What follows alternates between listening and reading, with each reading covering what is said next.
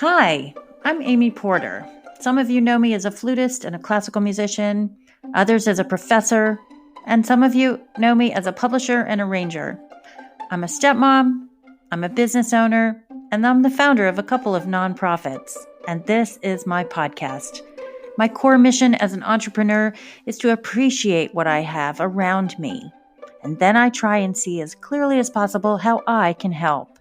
So let's talk, let's share information, let's laugh and sometimes cry over the things that we have to work through in life and in music, in business and family and relationships. Come on into my Porter Flute pod.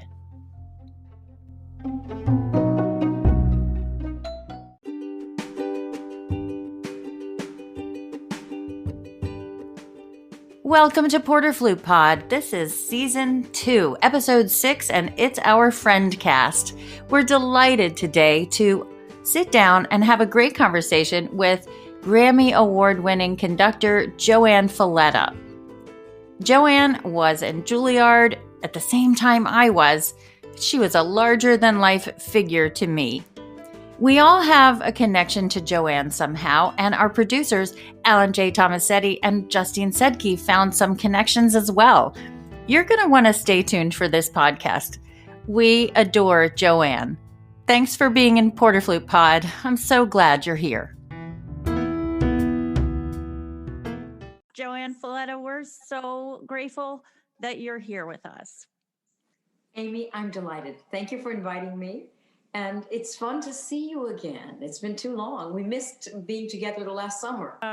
I wanted to mention joining us in the podcast are our producers, Alan J. Tomasetti and Justine Sedke. And we're going to start with actually Justine chiming in with some experiences and questions for you because you both are alum. Is that correct? Of Queens College? Yeah, well, I am, Justine. I didn't know you were. I am. And I didn't know you were either. And when we were preparing, I saw the Aaron Copland School of Music come up, and I just was thrilled because it really is rare for me personally to bump into someone from Queens College. And I think that it's a little diamond in the rough and this little hidden gem in Flushing. I really just wanted to briefly ask you about your experience there and how it was. Well, Queens College, the music department, the Aaron Copland School of Music, which was their music department, is actually one of the really great music schools in New York, in the country. And I went there for my master's degree. I got my bachelor's at the Mannes School of Music, the Mannes College of Music. And at that point, Mannes couldn't give a master's degree. So they had a joint program with Mannes and Queens. And it was wonderful because I took some of my classes at Mannes, but most of them at Queens. And it was, I don't know if you found it this way, Justina, but it was a thriving place. I mean, it was very active. We had great composers teaching, wonderful instrumentalists, a beautiful music hall, a beautiful concert hall. So those 2 years were really exciting ones for me. So I was very glad to have that opportunity. So we have that in common. Yeah. When I was there, it was Maurice Perez's last couple of years as the music director. And yeah, it's just a really special place. You decided to get a doctorate.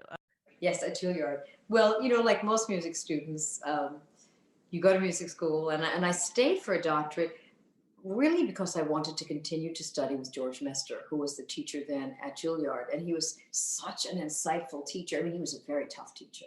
I'm sure you've had those very tough teachers too, Amy. He was very tough and very exacting, very demanding, and very critical.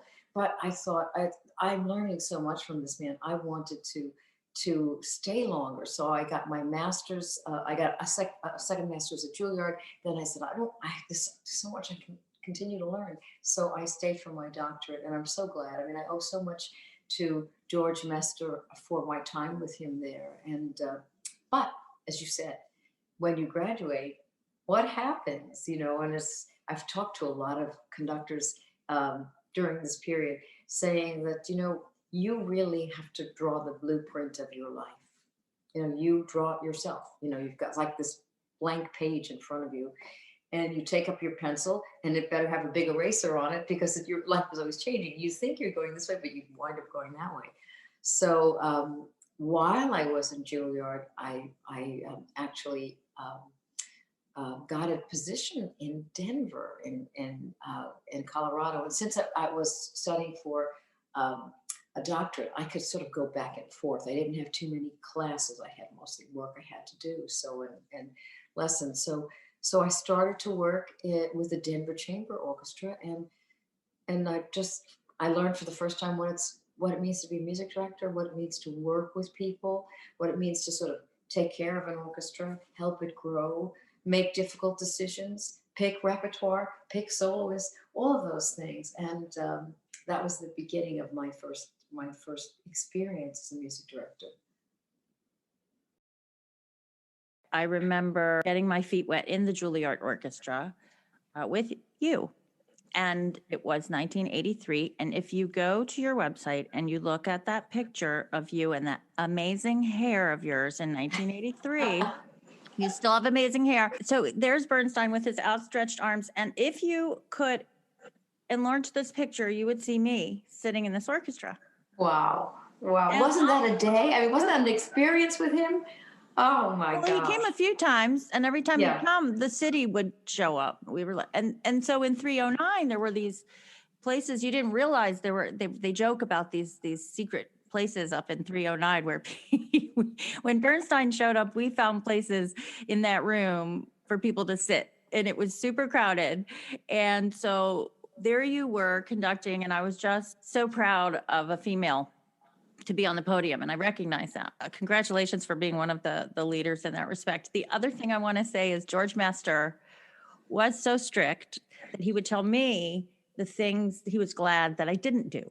So I played for him, and I was 17, and I went and I played Brahms, and I played for memory. I loved playing for memory. And so he crossed his arms, he kept crossing his arms, and the Brahms kept happening, and I finished. I got down to the low E, and he said, well, that's good. You don't get soft in the low register. So he immediately puts me in orchestra. Oh. So I go to the dean, Brunelli, who you line up, and there's Brunelli with a clipboard. And he says, last name, Porter. And Brunelli says, you're in orchestra. Next, And I said, no, it's Porter. And I kept trying to get the clipboard to say it's P, and I can't be an orchestra. You have the wrong person. And he said, I told you you're an orchestra. Get out of here. That sounds just like Brunelli. Ken Fuchs. What was it like to work with your old buddy, Kenneth? Well, we've kept up our friendship from Juilliard because I knew Ken, of course, because you remember how he worked with the orchestra so often, helping Dean Brunelli. But for his graduation recital, Ken asked me to conduct a difficult chamber piece. It was called Quiet in the Land. And I was so thrilled, that he asked me. And so we became friends there, and we stayed in touch. And at some point, I was able to start to play his pieces with orchestra, and it was very exciting. And he and I strategized about, okay, how can we get this recorded? Because I know, as you know, that when it's on a CD, or at least at that time it was on a CD, people would hear it and they'd know his music and they'd play his music. So he and I made 5 CDs together in London with the London Symphony, who adores Ken, by the way, because they, we've been there these 5 times and spent a week with him each time. And they love him. They love his music. He's like a member of the London Symphony family. So I'm very proud of our relationship. And I always tell conductors, but this applies to every musician, make friends with composers that you admire, play their music, help them develop, and you learn from them. It's really like being a part of the composer's world. And you certainly know that with Doherty, with Michael. So Ken, we won a Grammy for Ken's music. And that was one of the happiest nights of my life when Ken won and we were there together, and it was beautiful. Bravo. Congratulations, by the way. We were all celebrating for you. Well, thank you. Ken and I were just, that night was like, now it's a blur, but it was so happy because he so deserved that. And it shows how the composition process is. I mean, he's been composing for years and developing and creating new sounds, and we're doing a world premiere of his in Buffalo next season coming up. So that's a very long time friendship.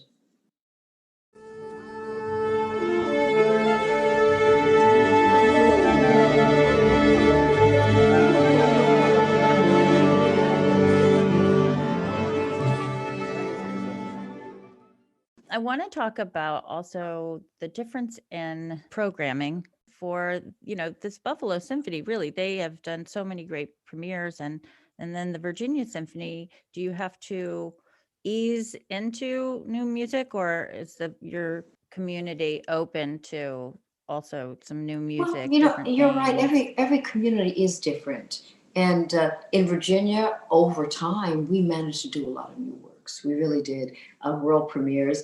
Not everyone in the audience was a fan of new music, but they came to trust us. If we incorporated into a program, they listened with interest and talked about it in the intermission. So that was good. Mm-hmm. Buffalo has more of a history of new music, just as you said, because of Lucas Voss. Lucas was it was the epicenter in Lucas's time, which was this sort of 70s and 80s of new music. Buffalo was right at the epicenter because Lucas was there, and Lucas would do everything. I mean, composers came from all over the world for Lucas to play their music, and he was amazing. So Buffalo got used to this sense of new music is important. And then Michael Tilson Thomas was there as music director, and certainly he has his own real interest in new music. So I think it's part of the culture here, and it's been very good for us. And also because we have a recording contract with Naxos, we have a certain charge from Naxos.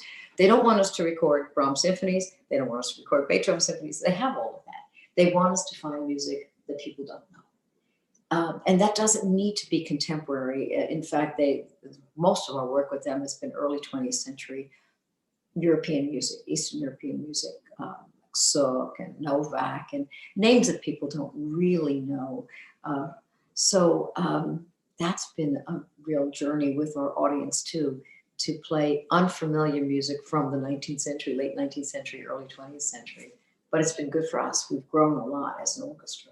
When you live in a community and you are involved with people, not only your musicians on the stage, but you're involved with the people in the grocery store, or, people that pass you on the street, or people, as you go to a friend's birthday party and you meet other people. I mean, you live there and they know you.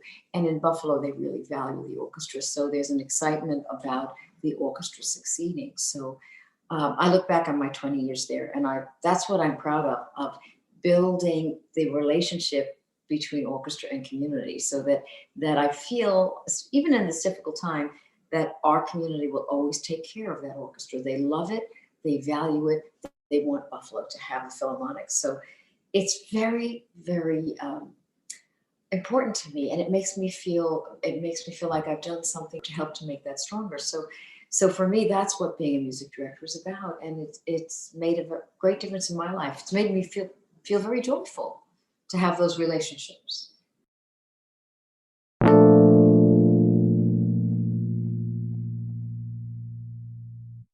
How's your classical guitar playing? Well, I should practice more, but I still keep it up. And, it's always going to be an instrument that's close to me, because I started, on my 7th birthday. I still remember my first lesson.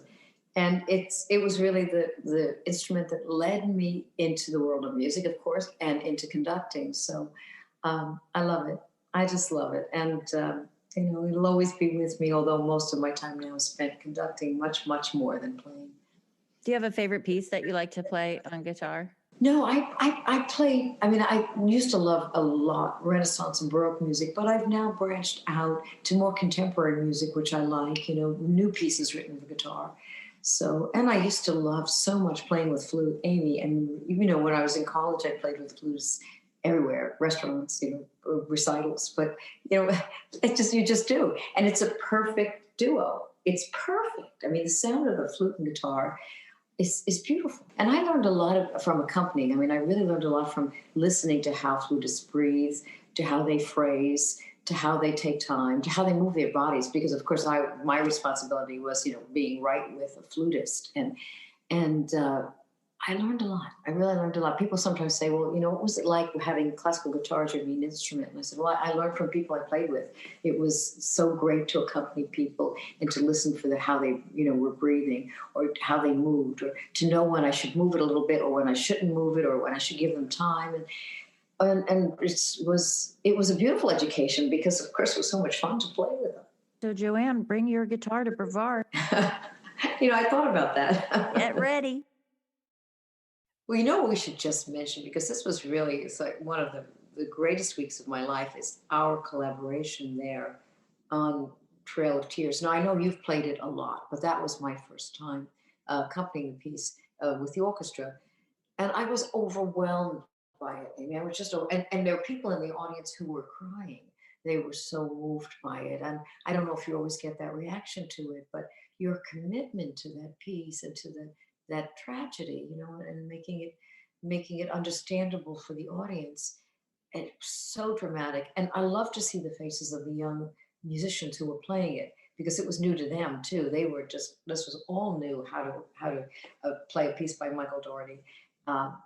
They were just stunned by it. So I'll never forget that. I mean, I know we'll get a chance to do it again, but it was just so special to do that in Brevard. It's always a handheld experience for me. Yeah. I walk on and I look at the concertmaster literally and I say, "You ready?" Because I warned them in rehearsal. One of my lines is, "I go deep for this." So the last note of the second movement could be between 16 and 22 seconds. And they go, "Ha ha ha." And then they realize I'm not kidding, because flute players know you can hang out on a high F if you use your second trill key and go really slow air, you can hold. You can just totally hold. But your heart rate has to be down. The conductor for me is holding my hand. And I've said to every conductor, probably you too, okay, let's go. Like, it's us. And so that's how I teach.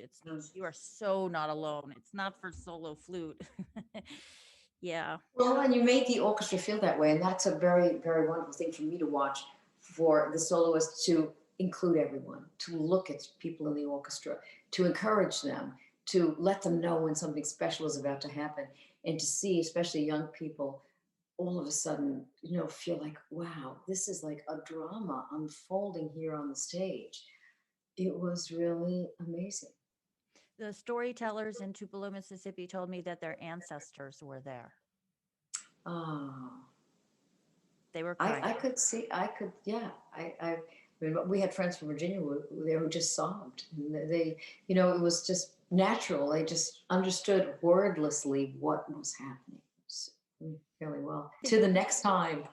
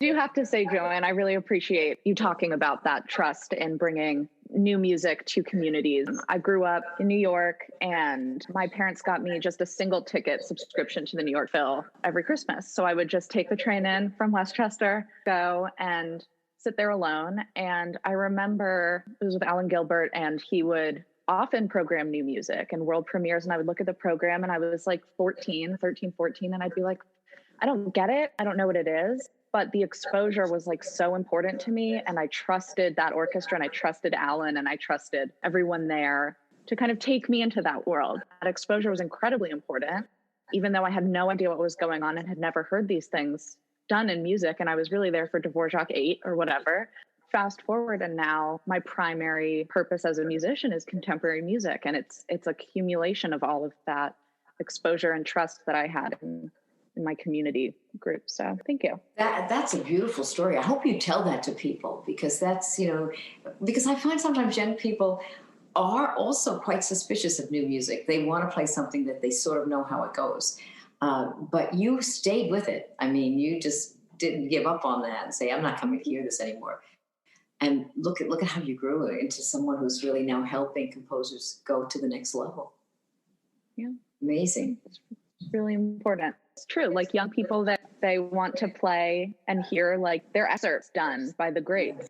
I would sit there and be like, well, there's this soprano and she's singing all of this crazy stuff and I don't know what's going on. And I think there's electronics and I'm so confused.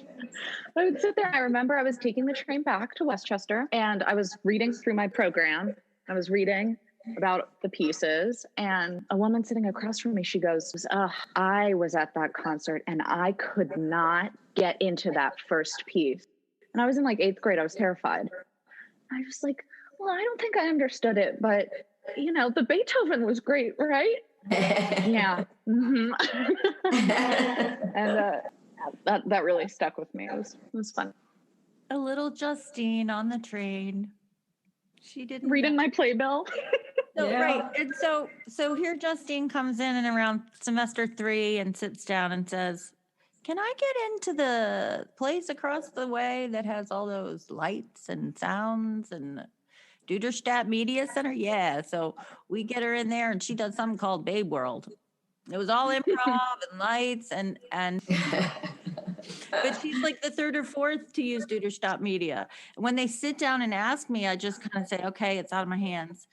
Just don't use foul language and keep your body parts in. And they do.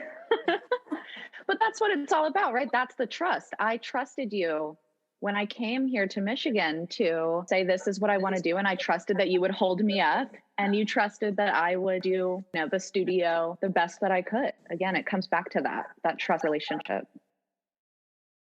So tell me about your relationship, because, he's like, I can text her. And I was like, how can you text JoAnne?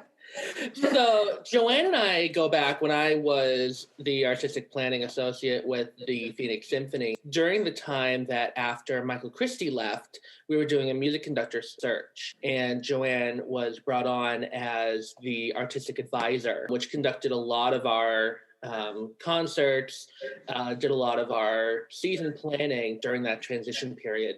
And I can say that she's put up with me for a good amount of it was wonderful. So it was almost on a weekly basis that we would be like with each other almost daily, pretty much, just for quite some time. Well, and we were in touch with each other, even when I wasn't there, about rehearsal schedules and artist schedules, and even what pieces to put on the program. So it really was a very stimulating relationship of putting this program, this year and a half or so, together without a music director, and sort of being the de facto music director in a sense for that time. And it was exciting. And I'd never lived in Phoenix. And you taught me so much about that part of the country, which is gloriously beautiful in its totally unique way. And I loved it. And we drove all over, remember? We were always in the car, it seemed, going somewhere. We definitely put some miles on my car that time, but it was a lot of fun conversations. But you definitely really introduced me into arts administration, especially programming. Like really started to test me on like, okay, we were thinking about these programs for this concert. Okay, why? Like you would always ask me why. What's bringing these out? Are these pieces that you want to do, or think about your community, that sort of stuff? And that really elevated my level of thought process of, all right, what do I want versus what does the community need? And that's what really was inspiring to boost me to that next level. Well, you are a perfect artistic administrator. I mean, because you, as a musician, as a player, as a performer, you know that part of it, which is very important. But you're also so intelligent. I mean, you know so much about the broad spectrum of our repertoire and living composers. We were very much involved in that, remember? And the which I think Kenneth Fuchs was the one that we chose. So, story short, we usually do, there was a commissioning club with the Phoenix Symphony. And this is my first time hearing how you go back even further with Ken. So that was very interesting to hear that. Yeah. And you know, Ken is a flutist. I don't know if you realize that. No. Yes, he's a flutist. And he claims that playing the flute really informed how he composes. So, no, he was a serious flutist. We have fist pumps going on right here. We're just taking over, you know that? I'm very okay with that. That's okay. I don't know if the world is ready for that, but it's just somehow happening right now. Fast forward now to an ad that I found of you in Macy's.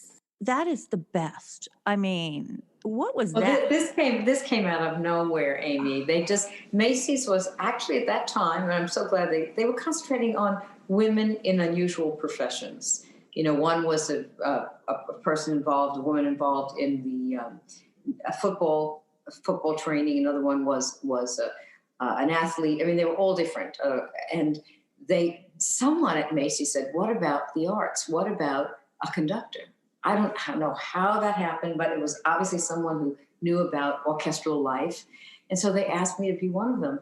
And it was really a fun couple of days, you know, getting your hair, you know, cut and, you know, curled and makeup. Like I think I had more hairspray, I said to my friends, more hairspray in one day than I ever used in my life. just on that one day. But it was great. And the idea of women in different roles and women leading was really very, very strong of Macy's to think about that and project that. Thank you so much. I mean, this was like a very, very happy morning for me. I mean, to be with you again, to see Alan again, to meet Justine. I mean, it's been great. And it was fun. You made it fun. It's not a typical, you know, sort of interview, which can be so stodgy. This was really fun. Justine, I have a feeling I'm going to meet Justine in person soon. I just have that feeling. I hope so. Me too. Me too. Thank you so much for being here, for talking with us. Oh, you just made my whole week. Thank you so much.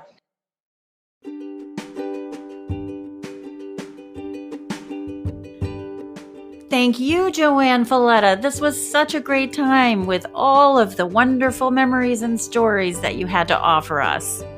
Join us next time in Porter Flute Pod when our guest is Laura Dwyer in our Stay Well, Play Well platform. We really think that health-related topics, both physical and mental, are important during this time. Laura has been giving courses at Curtis and Juilliard, and she's been my partner for 18 years at the Anatomy of Sound workshop. We can't wait to see you next time. You can find me at amyporter.com or porterflute.com. And on Twitter, YouTube, Instagram, and Facebook, I'm Porter Flute. Thanks for being here. I'm so grateful for you.